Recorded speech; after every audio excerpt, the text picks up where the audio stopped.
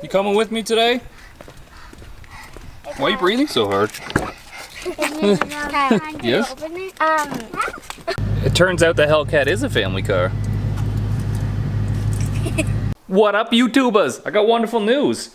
As you can tell, this is the garage that I've been doing work out of for probably the last 4 years. And now we've got a new location. So we're using this one as storage. This one's roughly 15 minutes from my house now. And we have the 4-turbo Civic here. That's sitting in here. We got Virginia's 57 Beetle. And we have the mini truck, and they all fit in here. And they can even be squished like further up this way. So in the winter time, I don't have to winter drive my Hellcat. I can actually park it behind everything. So once everything moves forward this way, I free up a space back here behind everything, and then I can park the Hellcat sideways right here.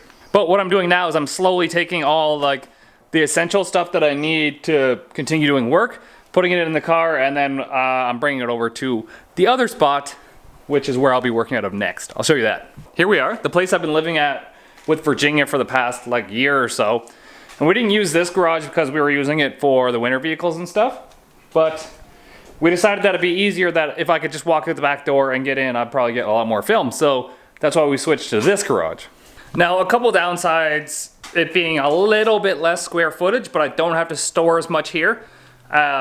Anything that I'm not using immediately, I can store at the other garage, like the cars and stuff. This garage is 21 by 24, which means I can still fit 2 cars in here if I need to be.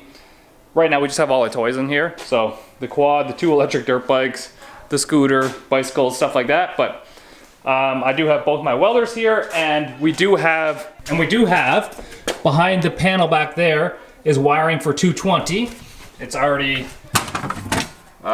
in here in the panel. We just have to put the proper receptacle in it. So I don't have to go anywhere to do my welding. And we just have the Mustang in here for now. This is the next thing to be finished up. So if you guys have been wondering where I've been the last couple days, it's been rearranging everything, moving the Beetle and stuff over to the other garage, moving this car here, and we actually got Tokyo's car running, and we drove that to like just down the road. The brakes and everything are fixed. We didn't film that because there's not enough lighting in his garage. The Malibu's pretty much almost done. We got just the little things, but it runs and drives and moves around, so that's like really great news. All right, first task in the new garage is we have to install this plug. It's really echoey in here, isn't it? This new plug, this is our 220. It goes in here, so we'll have to widen up the wall a little bit. But just gonna replace that receptacle box. Justin told me how to do it. He just said like pretty much, don't kill yourself. Great advice. There, professional. Now let's just see if I turn on this breaker if we create a fire here.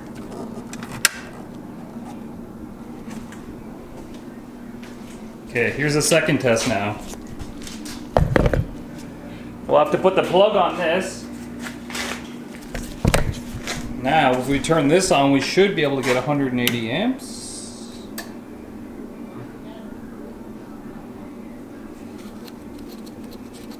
Oh, buddy. Nailed it. Like I nailed your mom.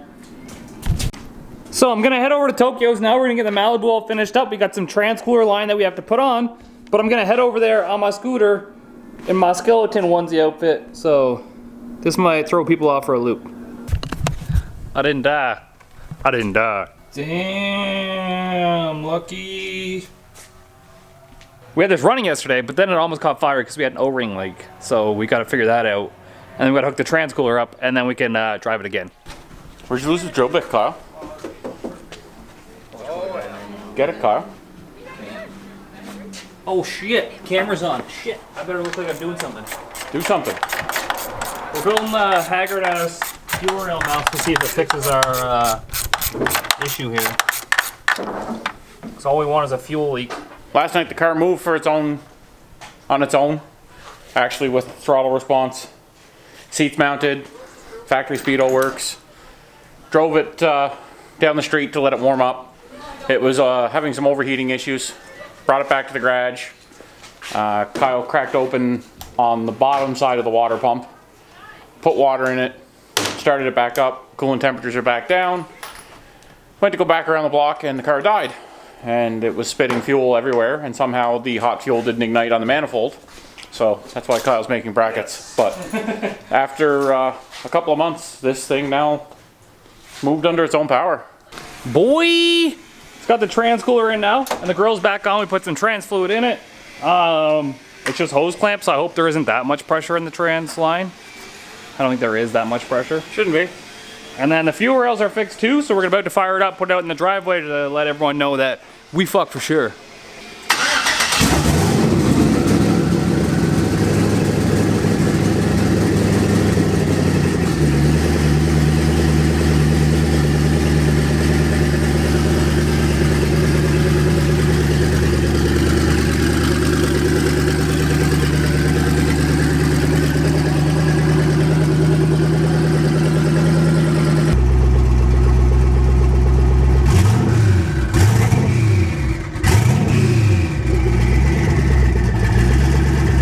But we had 3 like fuel failures here where like the O-rings are getting pushed out, and I believe we figured out what's going on.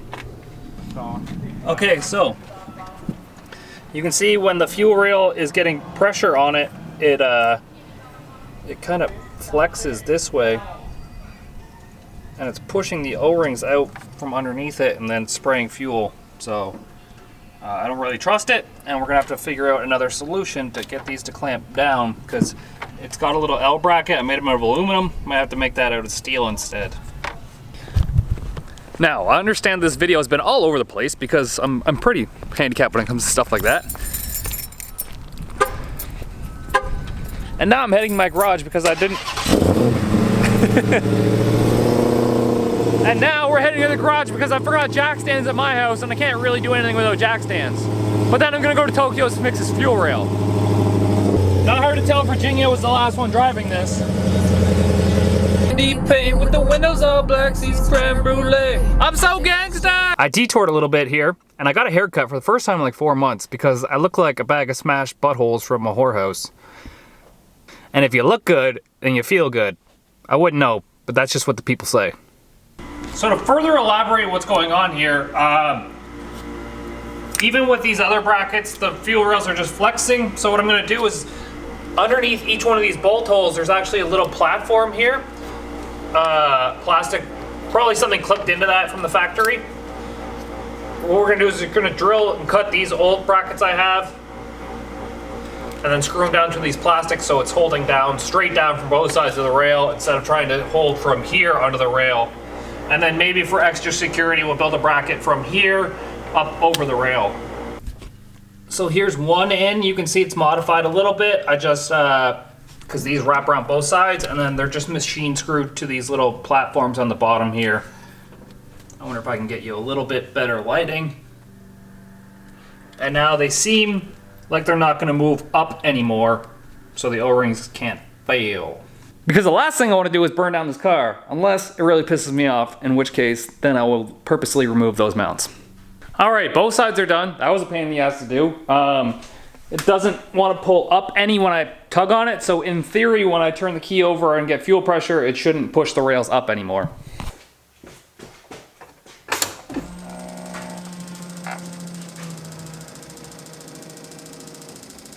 I don't feel any of the O-rings being pushed out, which is the issue we had last time.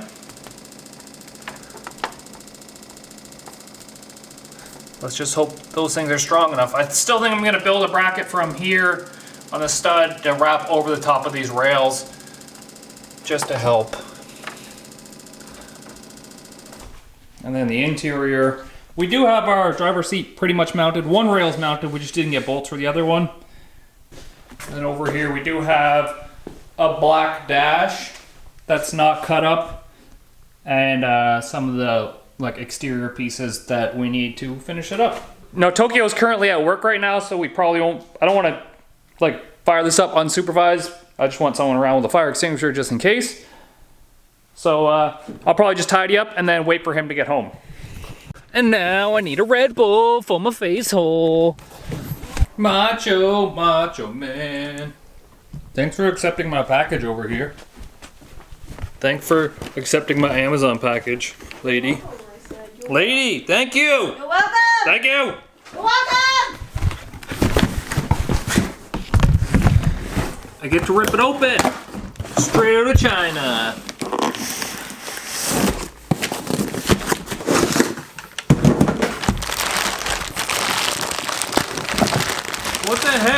going on here?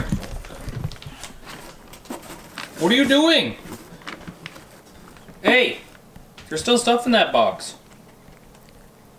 Straight out of China. We bought one for another little project. Shh. Guess who back? Back. We finally get to test it out now. Katie's back. We should probably let it idle in the driveway for a I was little gonna bit. say, I'm gonna pull it out. You pull out? Yeah. Virginia's got her tube ties for the record.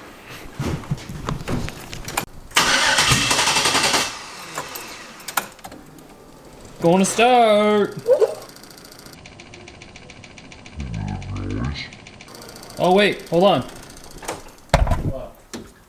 Half the injectors aren't plugged in. I mean, half the coils. 64 psi of prime.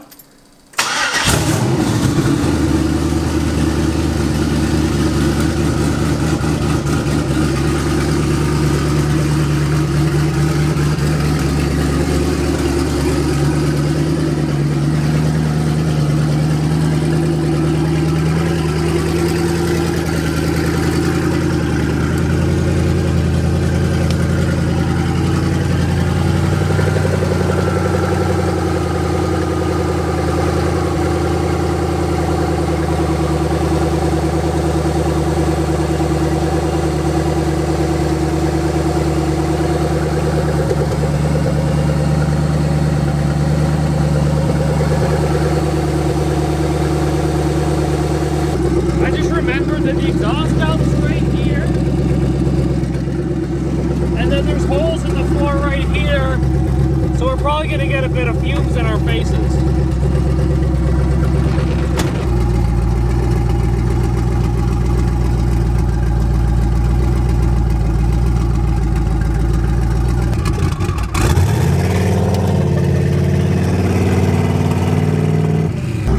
Hey, it hasn't burned down yet. That's a success in itself. We are dragging like a piece of a bracket back there. You can hear it on the ground. And the spool's a bit crazy in this. Spool's not bad. Maiden voyage. What'd you pop the hood for?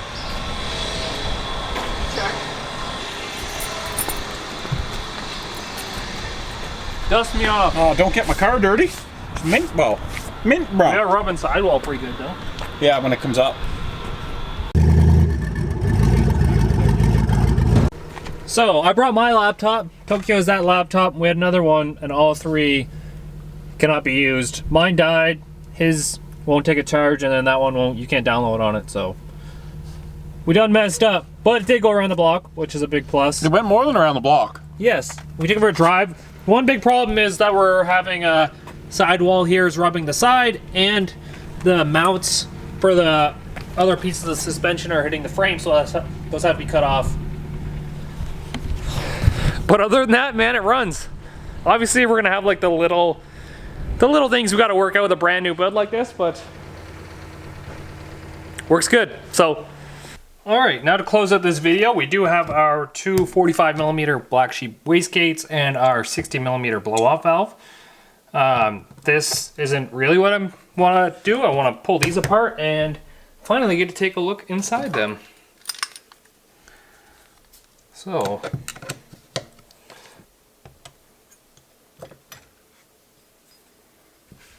alright, so this is what the inside of this looks like.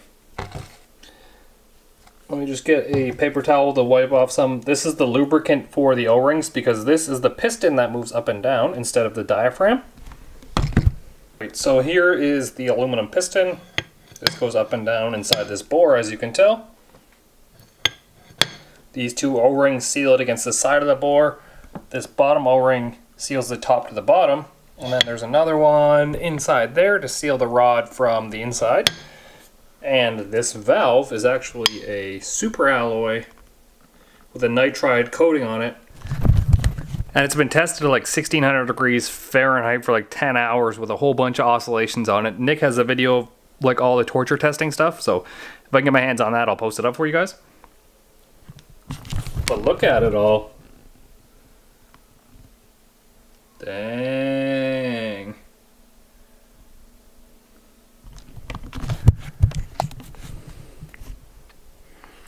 So they're available on the website, blacksheepindustriesinc.ca, and they're super affordable at $350 Canadian. It's like $250 US, something like silly like that.